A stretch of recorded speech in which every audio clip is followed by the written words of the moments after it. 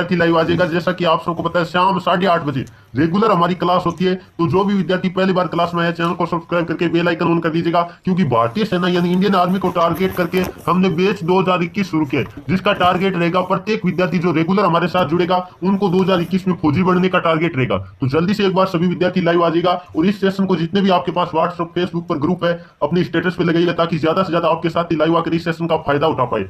Army GK का mock test लेने वाले आज, क्योंकि हमें 2-3 दिन हो गए क्लास शुरू किए हुए, लगभग 4-5 क्लास से पहले से लगा चुके हैं। जो जिन्होंने भी नहीं देखा जरूर देखेगा। आज हम बात करने वाले आर्मी जीके का मॉक टेस्ट नंबर 2 रहेगा। जीके का इससे पहले एक मॉक टेस्ट करवा दिया, अलग अलग मैंने प्ले लिस्ट बना रखी है टारगेट बेस 2021 के नाम से, तो उसमें जाकर सारे वीडियो जरूर देखेगा। चलिए अब बात कर लेते हैं सेशन की तरफ बढ़ते हैं। इससे पहले बता दूं ये किन किन के लिए इंपॉर्टेंट रहेगा। आर्मी जीडी हो गया, ट्रेडमैन हो गया, टेक्निकल हो गया, एनए हो गया, एसकेटी हो गया और टीए। कल काफी सारे विद्यार्थियों के कमेंट आए थे कि सर क्या टीए का सेम सिलेबस है, तो टेंशन नहीं लेना, जीडी का सिलेबस और टीए का एकदम सेम सिलेबस है, एकदम क्वेश्चनों की संख्या भी वही रहती है, तो बिल्कुल भी टेंशन नहीं लेना। जो विद्यार्थी टीए की तैयारी करिए बिल्कुल हमारी क्लासों का फायदा लीजिएगा। चलिए दोस्तों बिना देरी के सेशन की तरफ बढ़ते हैं। इससे पहले सभी विद्यार्थियों को जय हिंद, राम राम, जय श्री कृष्ण, राधे राधे, जय मां शारदे। चलिए फर्स्ट क्वेश्चन आपकी स्क्रीन के सामने लेते हैं। जो क्वेश्चन आपको नहीं आता है ऑनलाइनर के रूप में कन्वर्ट करके अपनी कॉपी और पेन साथ रखिएगा, नोट कर लीजिएगा और साथ साथ लाइव चैट में जवाब देते रहेगा और अंत में आपको स्कोर कमेंट करके बताना है, ताकि आप सबको पता चल पाए कौन विद्यार्थी कितने स्कोर कर पाता है।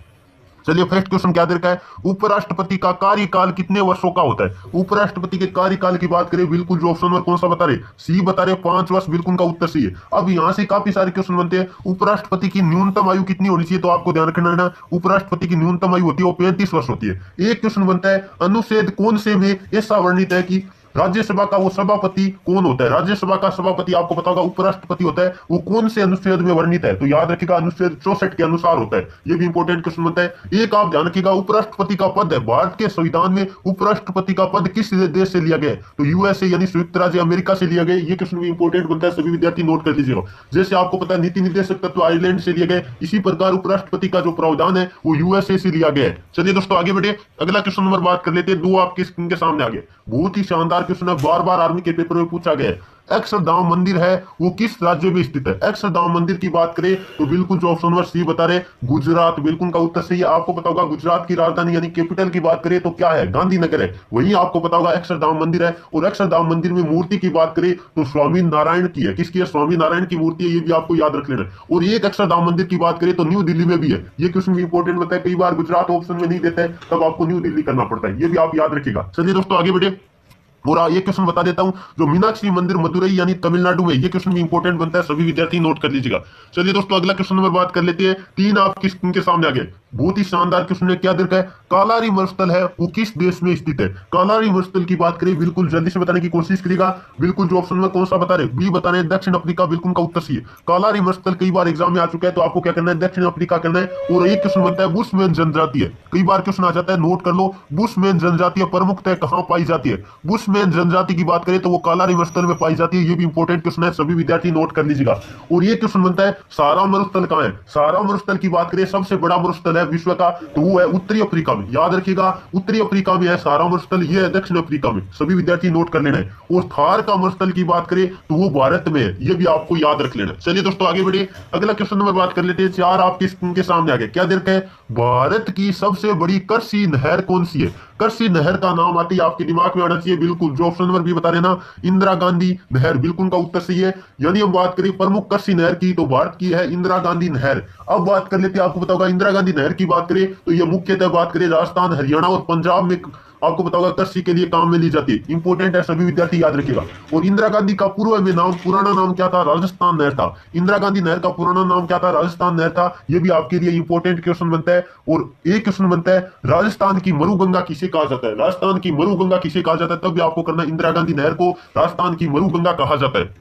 चलिए दोस्तों आगे बढ़े, अगला क्वेश्चन नंबर बात कर लेते हैं। 5 आपके स्क्रीन के सामने आ गए, क्वेश्चन दे रखा है भारत का सबसे अधिक जनसंख्या वाला राज्य कौन सा है। सबसे अधिक जनसंख्या वाले राज्य की बात करें, बिल्कुल जो ऑप्शन नंबर सी बता रहे हैं उत्तर प्रदेश, यूपी। यूपी की राजधानी, उत्तर प्रदेश की राजधानी आप सबको पता होगा लखनऊ है, जिसे नवाबों का शहर कहा जाता है, सभी विद्यार्थियों को पता होना चाहिए। यदि मैं बात करूं जनसंख्या की दृष्टि से सबसे छोटा राज्य कौन सा है, तब आपको करना है सिक्किम। और क्षेत्रफल के आधार पर सबसे बड़ा राज्य की बात करें तो आपको पता होगा राजस्थान है। और क्षेत्रफल के आधार पर सबसे छोटा राज्य की बात करें तो वो है गोवा, सभी विद्यार्थी नोट कर लीजिएगा। चलिए दोस्तों आगे बढ़े, अगला क्वेश्चन नंबर बात कर लेते हैं। अच्छा, आपके स्क्रीन के सामने आ गया, जल्दी से सभी विद्यार्थी इसका भी लाइव चैट में जवाब देने की कोशिश करेगा। निम्न में से छत्तीसगढ़ की राजधानी कौन सी है? छत्तीसगढ़ की कार्यकारी राजधानी की बात करें, बिल्कुल जो ऑप्शन नंबर बी बता रहे रायपुर, बिल्कुल का उत्तर सही है। अब बात कर लेते हैं बेंगलुरु। तो भारत की सिलिकॉन वैली किसे कहा जाता है? बेंगलुरु को कहा जाता है। और आपको पता होगा इसरो का मुख्यालय भी बात करें तो बेंगलुरु में, ये भी आपको याद रख लेना है। और हैदराबाद आपको पता होगा मूसी नदी के किनारे बसा है, ये क्वेश्चन भी इंपॉर्टेंट है। हैदराबाद सिकंदराबाद को जुड़वा शहर कहा जाता है। चलिए दोस्तों आगे बढ़े,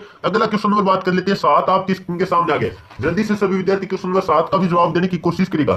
सार्क के सदस्य देश कितने हैं? यानी सार्क समूह है उसमें कितने देश सदस्य है? बिल्कुल जो ऑप्शन नंबर ए बता देना 8, बिल्कुल का उत्तर सही है।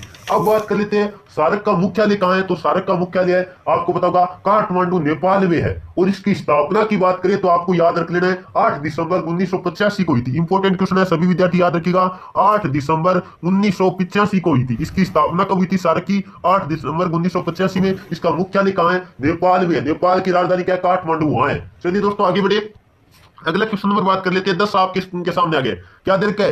भारत का राष्ट्रीय संग्रहालय कहां स्थित है? भारत के राष्ट्रीय संग्रहालय की बात करें, बिल्कुल जो ऑप्शन नंबर कौन सा बता रहे? सी बता रहे, दिल्ली, बिल्कुल का उत्तर सही है। चलिए दोस्तों आगे बढ़े, अगला क्वेश्चन नंबर बात कर लेते हैं। 9 आपकी स्क्रीन के सामने आ गए, क्या देर है? कंप्यूटर का आविष्कार किसने किया था? कंप्यूटर का आविष्कार आपको पता होगा चार्ल्स बेबेज को कंप्यूटर का क्या कहा जाता है? जनक कहा जाता है। बिल्कुल जो ऑप्शन नंबर कौन सा बता रहे? बी बता रहे, बिल्कुल का उत्तर सही, चार्ल्स बेबेज। और आइंस्टीन की एक आपको पता होगा ऊर्जा द्रव्यमान संबंध किसने दिया था? आइंस्टीन ने दिया था। ई बराबर क्या होता है? MC स्क्वायर होता है। ये समीकरण किसने दी थी? आइंस्टीन ने दी थी। ये भी आपको याद रख लेना है। चलिए दोस्तों आगे बढ़े, अगला क्वेश्चन नंबर बात कर लेते हैं। 10 आपके स्क्रीन के सामने आ गए, जल्दी से सभी विद्यार्थी क्वेश्चन नंबर 10 का भी जवाब देने की कोशिश करेगा। और यदि आपको क्लास अच्छे लग रहे तो जितने भी विद्यार्थी लाइव है एक बार एक साथ मिलकर क्लास को लाइक कर दीजिएगा। और जो विद्यार्थी पहली बार क्लास ले रहा हो चैनल को सब्सक्राइब करके बेल आइकन ऑन कर लो, क्योंकि भारतीय सेना की तैयारी करने वाले युवकों के लिए हम रेगुलर क्लास 8:30 बजे प्रोवाइड करते हैं शाम को। चलिए अगला क्वेश्चन क्या देर का है?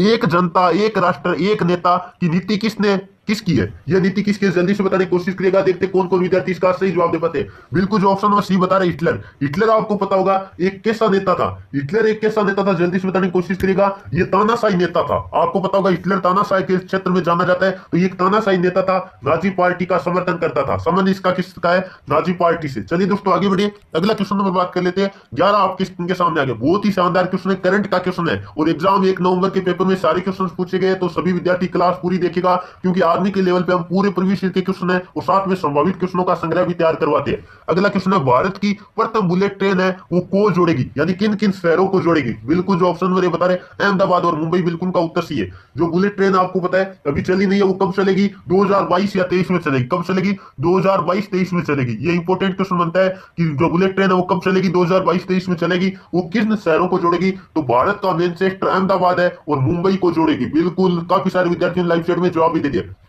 चलिए दोस्तों आगे बढ़िए, अगला क्वेश्चन नंबर बात कर लेते हैं। 12 आपके स्क्रीन के सामने आ गए, ईस्ट इंडिया कंपनी की स्थापना किस वर्ष हुई थी? ईस्ट इंडिया कंपनी की स्थापना की बात करें, जो ऑप्शन नंबर डी बता रहे 1600 ईस्वी, बिल्कुल का उत्तर सही है। चलिए दोस्तों आगे बढ़िए, अगला क्वेश्चन नंबर बात कर लेते हैं। 13 आपके स्क्रीन के सामने आ गए, बहुत ही शानदार क्वेश्चन है, कई बार एग्जाम में आ चुका है। मोहन बगान का किस खेल की टीम है? मोहन बगान की बात करें, बिल्कुल जो ऑप्शन नंबर कौन सा बता रहे? सी बता रहे फुटबॉल, बिल्कुल का उत्तर सही है। मोहन बगान आपको पता होगा एथलेटिक्स क्लब, जो कि आपको पता है कहां? कोलकाता में है। और इसकी स्थापना कब हुई थी? 15 अगस्त 1889 को हुई थी। इसकी स्थापना कब हुई थी? 1889 में हुई थी। ये भी आप याद रख सकते हैं सभी विद्यार्थी। चलिए दोस्तों आगे बढ़े, अगला क्वेश्चन नंबर बात कर लेते हैं। 14 आपके स्क्रीन के सामने आ गए, जल्दी से सभी विद्यार्थी क्वेश्चन नंबर 14 का भी जवाब देने की कोशिश करिएगा। विश्व का सबसे गहरा महासागर कौन सा है? सबसे गहरा महासागर की बात करें, जो ऑप्शन नंबर भी बता देना प्रशांत महासागर, बिल्कुल का उत्तर सही है। और यदि बात करें भारत के दक्षिण में कौन सा महासागर है, तो वो है हिंद महासागर। और सबसे छोटे महासागर की बात करें तो आर्कटिक महासागर है, वो सबसे छोटा महासागर है। ये भी आपको याद रख लेना है। चलिए दोस्तों आगे बढ़े, अगला क्वेश्चन नंबर बात कर लेते हैं। 15 आपके स्क्रीन के सामने आ गए, जल्दी से सभी विद्यार्थी क्वेश्चन नंबर 15 का जवाब देने की कोशिश करेगा।